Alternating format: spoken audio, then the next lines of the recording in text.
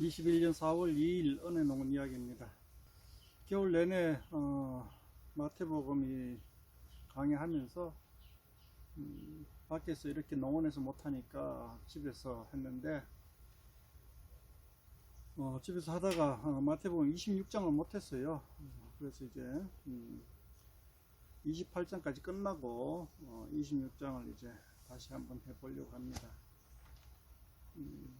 주일날 설교한 걸 다시 반복하려고 하니까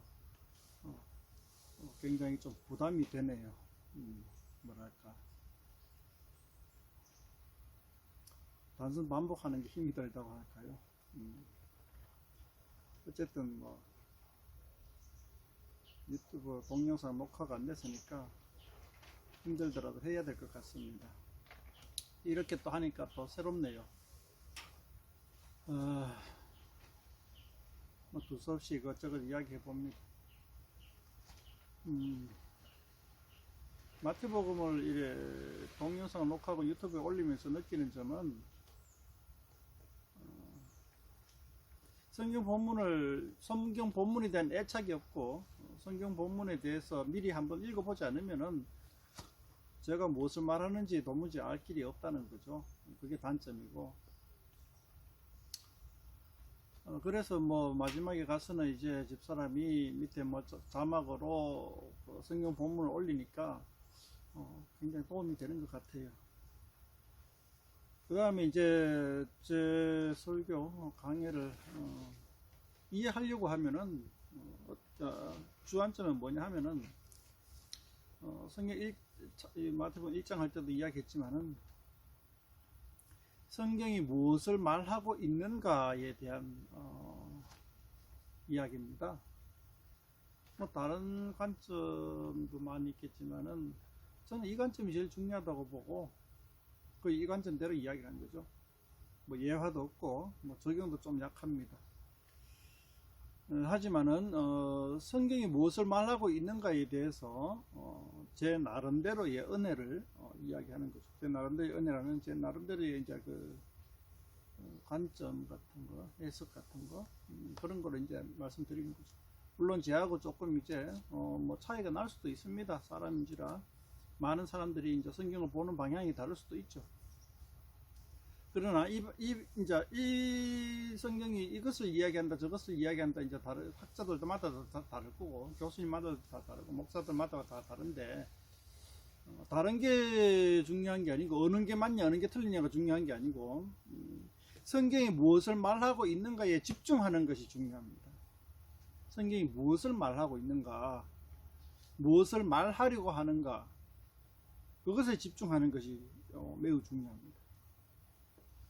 오늘날 대부분 이 목사님들의 설교하는 것과 또 이렇게 성도들이 성경 읽는 거는 은혜 받기 위하여서 은혜 주는 구절을 찾는 겁니다. 설교할 때에 무엇으로 은혜를 줄까, 입힐까, 그렇게 열심히 성경을 찾아가지고 이 구절이 은혜가 되겠다, 그렇게 찾아가지고 설교를 하고 또 읽기도 합니다. 성경 읽으면서 오늘 은혜 받은 구절은 이겁니다, 이렇게 이제 이야기합니다. 이런 성경 읽기 방법이 조금 미흡한 것 같아요. 가장 우리가 기초로 삼고 근본으로 삼고 핵심으로 삼을 것은 뭐냐 하면은 하나님이 무엇을 말하고자 하는가, 말씀하고자 하는가. 다시 말하면 하나님의 영감을 받은 이 마태복음 같으면은 마태 이 저자가 무엇을 말하려고 하는가, 독자에게 무엇을 전달하려고 하는가, 그것에 굉장히 집중을 해서 읽어야 되는 것이 가장 근본입니다. 기초이고요. 그 다음에 은혜 받은 말씀 뭐 그런 거 이제 찾는 것도 좋지요. 그런데 이 기초가 되고 핵심이 되고 근본이 되는 하나님이 무엇을 말씀하고자 하는가, 이거를 알지 못하고 그것을 의식하지 아니하고 성경을 읽으면은 기복신앙에서 한 걸음 더 나아가지도 못합니다. 다시 말하자면은 성경을 읽을 때 하나님의 뜻을 알고자 읽는 것이지 내가 성경을 읽으면서 뭐 도움되는 게 얻는 걸까 이런 것이 아니고, 내 인생에 도움되는 성경을 찾는 것이 아니고, 성경을 읽으면서 내 인생에 도움되는 것을 찾는 것이 아니고, 내 인생에 도움이 안 될지라도, 내게는 비록 은혜가 되지 않냐고 쓴 것이 될지라도 하나님의 뜻을 알고 하나님의 뜻에 순종할 것인가 말 것인가를 성경을 읽으면서 고민하는 그런 것이 성경 읽기의 가장 기본 자세이다. 이런 취지로 이제 저는 마태복음 1장부터 지금까지 쭉 이야기를 해왔습니다. 그래서 제 설교를 들어보면은 이런 이야기가 잘 나옵니다. 이 오늘 본문은 무엇을 이야기하고 있습니다. 1문단은 1절에서 몇 절까지인데 거기에서는 무엇을 이야기하고 있습니다. 무엇을 이야기하고 있습니다. 그것이 다 이제 마태의 이 글을 적은 이유, 목적, 이걸 이제 이야기하는 것이죠. 자, 그런 측면에서 오늘은 마태복음 26장을 한번 보면은, 마태복음 26장의 내용은 예수님이 십자가에 못 박히시기 전에 베다니 나병 환자 시몬의 집에서 여자가 기름 붓는 거 하고, 그 다음에 마가 다락방이라 그러죠. 다락방에 가서 이제 최후의 만찬하는 거 하고, 그리고 이제 베드로가 부인할 거 이제 이야기하는 거 하고, 뭐 이런 나머지 이제 마지막에 이제 겟세마네 동산에서 기도하시다 잡히려 가시는 그런 장면으로 구성되어 있습니다. 자, 내용은 그런 장면으로 구성되어 있는데, 아까 이야기했다시피 이런 내용들을 쭉 구성해 나가면서 마태가 의도한 내용이 뭐냐, 그거는 이제 예수님이 십자가에 못 박히시는 이 사건은 하나님께서 의도하신 역사적 사건이다. 하나님의 의도가 중요합니다. 옛날 선지자로부터 예언되어 왔고 하나님이 기획해 가지고 드디어 이제 예수님이 십자가에 못 박히시는 사건의 때가 왔다는 겁니다. 하나님의 주도적 계획 하에 이루어진 사건이다. 이걸 이제 이야기하고 있는 겁니다. 26장 1절부터 5절 사이에 보면은 이제 갈등이 두 가지 대립 구조가 나옵니다. 첫 번째는 하나님의 계획, 그리고 두 번째는 인간의 계획이 충돌합니다. 하나님의 계획은 2절에 나옵니다. 예수님이 이렇게 말합니다. 너희가 아는 바와 같이 이틀이 지나면 유월절이라. 인자가 십자가에 못 박히기 위하여 팔리리라. 예수님은 유월절에 예수님이 팔리리라고 예언을 합니다. 그런데 5절에 보면은 대제사장들과 백성의 장로들이 모여가지고 말하기를 밀란이 날까 하노니 명절에는 하지 말자 하더라. 그리고 2절의 예수님 말씀과 5절의 대제사장 무리들의 말과 이 대립 구조가 생깁니다. 그러면은 이제 독자들은 이렇게 되겠죠. 과연 예수님이 십자가에 못 박히시는 사건이 명절에 일어날까? 명절에 일어나지 않을까? 우리나라 속담에는 무당이 제 죽을 날 모른다 하면서 무당의 사기성을 고발하는 그런 속담이 있습니다만은, 예수님의 십자가 못 박힌 예수님의 죽으심을 예수님이 더 잘 알까요? 예수를 죽이려고 하는 대제사장의 무리들이 더 잘 알까요? 상식적으로 보편적인 인간 세상에서는 죽임을 당하는 사람 입장에서보다 죽이려고 하는 사람이 그 사이를 더 잘 아는 것이 이제 세상이 돌아가는 위치죠. 그런데 성경 26장에서는 정반대로 얘기하고 있습니다. 자, 명절에는 하지 말자. 명절에 예수님이 내가 잡힐 것이다. 이 갈등 구조의 답이 이제 26장에서 쭉 계속 나오는 거죠. 첫 번째 에피소드는 베다니 나병 환자 시몬의 집에서 예수님이 있을 때에 한 여자, 이 한 여자는 아마 시몬의 누이라고 생각이 듭니다. 이 한 여자가 귀한 향유 한 옥합을 가지고 나와서 식사는 예수의 머리에 부은다. 다른 본문에는 뭐 발에 부은다 이런 얘기도 나오는데 여기서는 머리에 부은다고 했습니다. 아마 발끝부터 머리까지 다 부었겠죠. 그걸 보고 이제 제자들이 가난한 사람에게 팔지 왜 그러냐 그렇게 합니다. 그러니까 예수님이 여자를 괴롭게 하지 마라. 가난한 자들은 너희와 항상 함께 있거니와 이 여자, 12절입니다. 이 중요합니다. 이 여자가 내 몸에 이 향유를 부은 것은 내 장래를 위함입니다. 예수님이 자기가 십자가에 못 박혀 죽으실 것을 안다는 거죠. 근데 신기한 거는 예수님 자신이 장래를 죽을 것을 알 뿐만 아니라 이 한 여인도 알고 있다는 겁니다. 우리가 알다시피 베드로는 예수님 십자가 못 박겠네, 그러나 절대로 그런 일이 일어나면 안 됩니다 라고 부인하고, 많은 사람들이 예수님이 십자가에 못 박겠다가 4일 만에 부활하려 하니까 대부분의 제자들은 고개를 갸우뚱하며 이게 무슨 말씀인고 무슨 뜻인고 하면서 궁금해하고 이상해하고 합니다.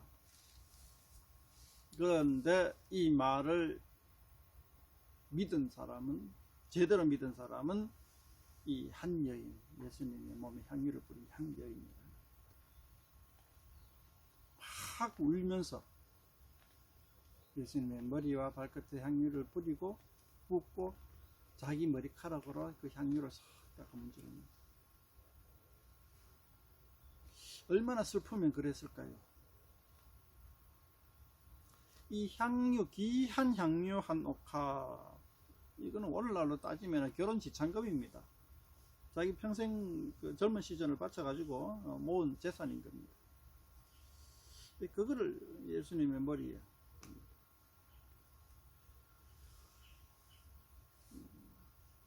맨정신으로는 못하는 그런 거죠. 근데 이제 예수님이 이 시몬의 누이라고 한번 생각해 봅시다. 과거에 무슨 사건이 겪었나? 자기의 오라버니 시몬이 죽었습니다. 죽고 3일 만에 예수님이 오셔가지고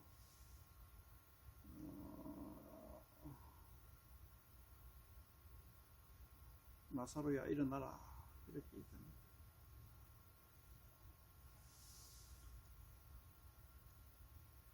그러니까 죽었다가 살아난 것을 경험했습니다. 큰 은혜를 받았습니다. 그러니까 그 죽으심과 부활하심을 믿을 수 있는 믿음이 가지는 것이 다른 사람보다 가질 수 있었던 거죠. 이 한 여인 굉장히 중요합니다. 두 번째 에피소드는 이제 그 최후의 만찬 이야기죠.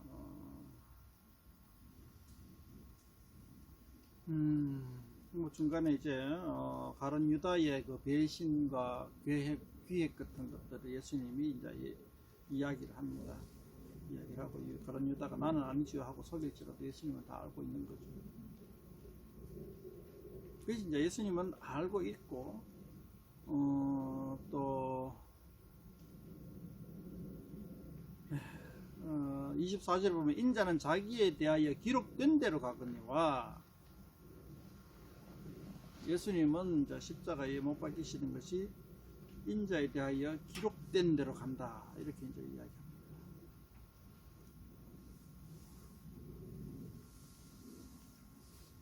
조금 많이 피곤하네요. 많이 피곤해서 한번 해봅시다. 그 최후의 만찬에서 예수님이 이제 떡과 포도주를 나누면서 하신 말씀이 이제 26절부터 나오는데, 떡을 가지사 축복하시고 떼어 제자들에게 주시며 이르시되 받아서 먹으라, 이것은 내 몸이니라. 또 27절 건너뛰고 28절에 이것은 죄 사함을 얻게 하려고 많은 사람을 위하여 흘리는 바 나의 피 곧 언약의 피니라. 이 28절이 매우 중요한 구절입니다. 왜냐하면 마태복음 통틀어 가지고 십자가의 의미를 정확하게 꼬집어 가지고 얘기하고 있는 구절이 요 한 구절입니다. 마태복음 26장 28절. 장절을 좀 머리 좋은 사람은 외우고 다니면 좋겠죠. 이것은 죄 사함을 얻게 하려고, 예수님의 십자가 못 박히시는 게 사람들의 죄를 사하게 하려고 십자가 못 박히시는 겁니다. 그래서 십자가 못 박히는 게 우리하고 뭔 상관이냐? 뭐 물리적으로나 뭐 아무리 계산을 해봐도, 사회적으로나 계산을 해봐도 그것이 내 죄하고 무슨 상관이 있는 그런 것 같지는 않습니다. 그런데 성경은 이렇게 얘기하고 있습니다. 죄 사함을 얻게 하려고 많은 사람이 흘린다. 예수님이 십자가에서 흘린 피가 많은 사람이 죄 사함을 얻게 하려고 하는 것입니다. 그 다음에 나의 피 곧 언약의 피니라. 이 언약의 피 하는 거에 매우 중요합니다. 언약의 피. 매우 중요한 걸 자꾸 얘기하려고 하니까 자꾸 얘기해야 되지만 조금 저한테는 좀 많이 좀 힘이 드는 일이네요. 창세기 24, 출애굽기 24장에 보면은 언약의 피가 나옵니다. 출애굽기 20장이 10계명이죠, 아마. 맞을 겁니다. 그 24장에 보면은 하나님과 이스라엘, 그 출애굽한 이스라엘 백성 히브리 민족 간에 언약을 맺습니다. 나는 너의 하나님이 되고 너는 나의 백성이 될 것이다. 왜? 10계명을 지키면, 10계명 이하 그런 언약서를 지키면, 그러니까 2장부터 23장까지가 아마 언약서의 내용이 될 겁니다. 그리고 그 언약서의 내용 다음에 언약식이 24장에서 이루어지는 거죠. 그 언약식을 보면 이제 소를 잡아가지고 반은 양푼이 2개 받아가, 양푼이 1개는 뭐 반은, 하여튼 소피의 반 틈은 제단에다 뿌립니다. 그리고 반 틈은 백성들의 대표들에게 뿌립니다. 그리고 그것이 언약의 피다라고 합니다. 예수님의 피가 바로 그 출애굽기 24장에서 일어나고 있는 언약식에 쓰인 그 하나님과 이스라엘 백성 사이의 그 계약 관계를 이야기하는 거죠. 근데 이제 이 하나님과 이스라엘 백성 사이의 계약 관계가 이스라엘이 범죄함으로 말미암아 깨어져 버렸어요. 언약이. 그러니까 이스라엘 백성이 하나님이 안 되고 하나님의 백성이 안 돼 버린 거죠. 그래서 이제 북이스라엘과 남유다가 멸망하고, 북이스라엘이 멸망했고 아마 남유다가 멸망하기 직전이죠. 남유다가 멸망하기 직전에 예레미야 선지자가 예레미야서 31장 31절인가 거기서 이야기를 합니다. 계약이 깨어졌다. 그런데 나중에 하나님이 새 언약의 피로 새 언약을 맺을 것이다. 이렇게 이해합니다. 누가복음에 새 언약의 피라고 얘기하고 있어요. 그러니까 이 마태복음에서는 언약의 피라고 얘기하는데, 예수님의 피가 그 예레미야 선지자가 얘기한 그 언약의 피다 이거죠. 출애굽기 24장에서 소피로 했던 그 언약의 피가 계약이 깨진 상태에서 예수님의 피로 새 언약의 피가 되는 거죠. 예수님을 믿는 사람들은, 예수 공동체는 하나님 관계 안에서 하나님의 백성이 되는 언약식이 이루어지는 거죠. 예수님의 피로 언약식을 한 관계 속에 들어가는 거죠. 여기서는 간단하게 한 구절만 적어놨는데, 히브리서인가요? 히브리서 보면 자세히 나옵니다. 이 언약의 피에 대해서. 그 사실을 알고 이 28절을 읽으면은 우리한테는 어마어마한 충격으로 오는 거죠. 예수님의 피가 하나님과 나 사이에 신과 백성의 관계가 된다. 하나님이 나의 아버지가 되고 나는 그의 양자가 되고, 하나님이 나의 왕이 되고 나는 그의 신민이 된다 하는 예수님의 피로 인해서. 그 전에 이제 죄사함이 없어지는 거예요. 예수님의 피로 인해서 죄사함이 없어지고 그렇게 된다는 거죠. 이게 굉장히 중요한 거죠. 근데 이게 이제 다락방에서 예수님이 만찬할 때에 이야기한 내용입니다.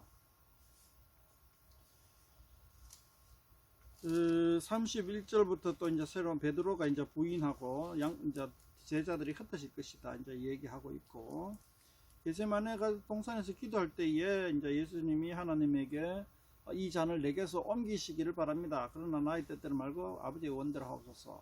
이게 다 뭡니까? 예수님이 죽으실 것을 다 착착착착 준비해 나가고 있는 겁니다. 죽이려고 하는 자들은 명제는 하지 말자라고 얘기했는데 예수님은 명제를 죽으려고 준비를 하는 거죠.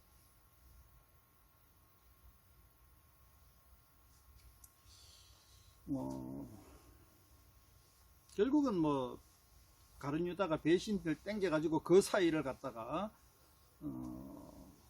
명절 하루 전날 하루 전날 딱 해버리고, 그러니까 어쩔 수 없이 뭐 대지 사람도 명절 하지 말자 하다가 에라이 모르겠다 해버리자 하고 명절 전날 겟세마네 동산에서 군인들 병정들 데리고 가서 식솔들 데리고 가서 잡아 납치해버립니다.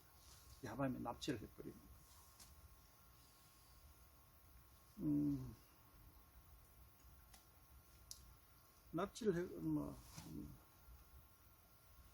납치를 해가지고 새벽에 해 뜨자마자 산헤드린 공회를 열고 예수님을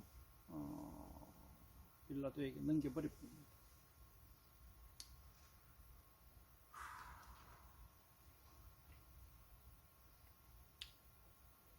죄송합니다.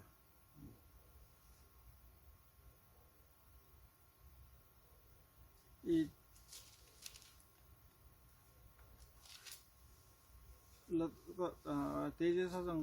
대제사장이 이제 예수님에 대해 재판하면서 이렇게 묻습니다. 네가 하나님의 아들 그리스도냐? 이 중요한 질문이죠. 63절에 나옵니다. 네가 하나님의 아들 그리스도인지 우리에게 말하라. 마태복음에서 계속해서 반복적으로 이야기하고 확인하고 하는 것이 예수님이 하나님의 아들 그리스도이다라는 것을 이야기하고 있는 거죠. 증명하고 있고 주장하고 있고 설득하고 있고 반복해서 그렇게 이야기하고 있습니다.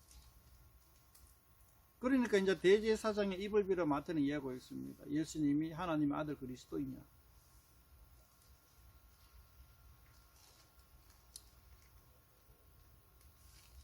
나중에 보면 빌라도도 또 똑같은 질문으로 합니다. 그건 그때 가서 일이고. 이렇게 이제 마태복음 26장 구조는 이제 베드로가 이제 예수님의 예언대로 예수님이 그 대제사장 무리들에게 잡혀갔을 때에 3번 부인하는 내용으로 이제 26장은 마치고 있습니다. 이 에피소드를 우리가 다 잘 알고 있는 에피소드들이죠. 근데 이 26장에서 이 에피소드들을 쭉 구상하면서 나오는 점은, 마태가 이야기하고자 하는 점은 예수님은 하나님의 뜻대로 십자가에 못 박히셨다. 사람이 주도적으로 한 것도 아니고 사람이 기획대로 한 것도 아니고 우연한 사건도 아니고 예수님이 그리스도가 정해진 길로, 하나님이 정하신 길로 걸어가신 것이다. 많은 사람들이, 예수님 믿지 않는 많은 사람들이 얘기하겠죠. 예수님이 그리스도시면 어떻게 그렇게 비참하게 십자가에 못 박혀 죽으시냐. 그건 뭐 그 내용에 대해서는 이제 27장, 28장 가면서 이제 이야기가 됐기 때문에 지금 얘기하는 거는 좀 그렇습니다만은, 그런 질문을 던지면서 예수님을 믿지 못할 수도 있습니다. 거기에 대해서 이제 마태는 분명하게 얘기해 주신 거죠. 이것이 하나님의 뜻이다. 예수님이 십자가에 못 박혀 죽으시고 부활하시는 것이 하나님의 뜻이고 하나님의 계획이고 예수님은 그 계획대로 가신 것이지 절대로 능력이 없거나 아니면 평범한 인간이기 때문에 사형터렐로 이슬같이 사라진 건 아니다. 그렇게 얘기하고 있습니다. 그게 마태복음 26장이고 이것을 통하여서 이제 우리도 나름대로 다 이걸 기반으로 해서 나름대로 생각을 해보고 26장 읽으면 생각을 해봐야 됩니다. 예수님이 왜 십자가에 못 박히셨냐? 조금 전에 얘기했죠. 우리의 죄사함을 얻게 하려고 하는 언약의 피라기 때문에, 언약의 피가 있어야 되기 때문이죠. 이 언약의 피, 새 언약의 피가 있어야 되기 때문에 예수님 십자가 못 박혀 죽으신 거죠. 우리의 죄 사함을 하기 위해서 십자가 못 박히신 거죠. 그것을 위하여 예수님이 정해진 길로 가신 거죠. 그 고통의 길을 가신 거죠. 사람이 의도대로가 아니고 무능력해서가 아니고 예수님이 무능력해서가 아니라 예수님이 능력자시고 인내하심으로 말미암아 순종하심으로 말미암아 죽기까지 복종하심으로 말미암아 십자가에 못 박히시게 된 거죠. 이것을 우리는 잘 알아야 되겠습니다.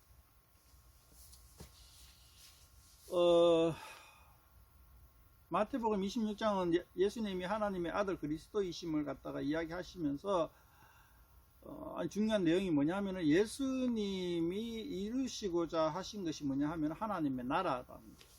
이 마태복음 속에서는 이 하나님 나라의 이 설계도가 다 그려져 있습니다. 하나님 나라의 설계도 하니까 좀 이상한데 하나님의 나라의 뭐라 해야 됩니까? 건국 이념 뭐 그런 것들이 마태복음에 잘 나와 있게 그걸 이야기하고 싶은데요. 쉽지가 않네요. 산상수훈에도 보면은 이제 이 하나님 나라의 이념이 잘 나오죠. 하나님 다 얘기했는데 또 반복하려고 요약이 될지 모르겠습니다. 한번 해봅시다. 마태복음 5장부터 이제 산상수훈이 시작되는데 팔복이 나오는 지금 팔복은 복을 받는 것이 중요한 것이 아니라 하나님 나라의 백성의 특징, 하나님 나라의 백성이 이런 자다. 하나님의 백성은 이런 이런 특징을 가지고 있어야만 자격이 있다. 뭐 이런 정도의 심령이 가난하고 애통하여야 되고 온유해야 되고 의에 줄이고 목말라야 되고 긍휼히 여겨야 되고 마음이 청결해야 되고 화평케 해야 되고 의를 위하여 박해를 받아야 되고 이런 자가 하나님 나라의 백성이다. 여기에 우리가 한번 초점을 맞추면 좋겠다 이거죠.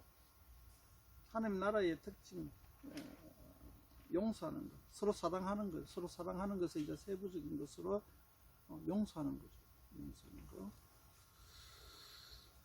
그리고 외식을 하지 않고 정말 마음 중심으로 사랑하는가. 이 용서가 우리가 날마다 외우는 주기도문에 딱 들어가 있습니다. 그죠? 우리가 우리에게 죄진 죄를 사해 준 같이 우리 죄를 사해 주시고 하나님 나라에서는 용서가 특징입니다.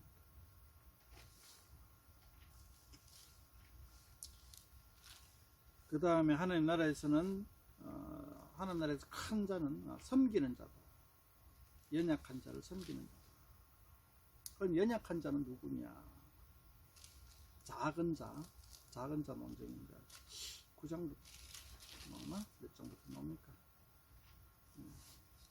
8장부터 나오는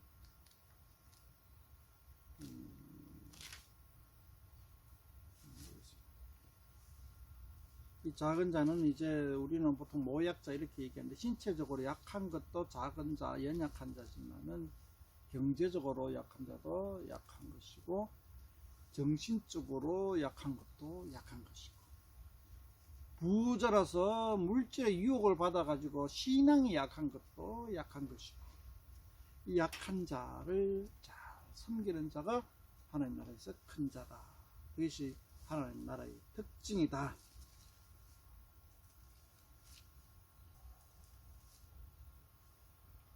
성경에는 여자도 나오고 여자도 약한 자도.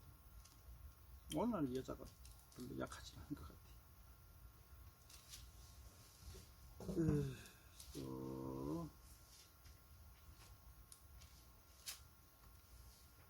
하나님 나라에서는 회개하는 자가 약한. 하나님 나라의 특징은 회개죠. 회개가 이제 용서받는 길입니다. 하나님 나라의 특징은 이제 외식을 굉장히 싫어하는 거죠. 마음속 중심을 진짜 바라보는 거죠.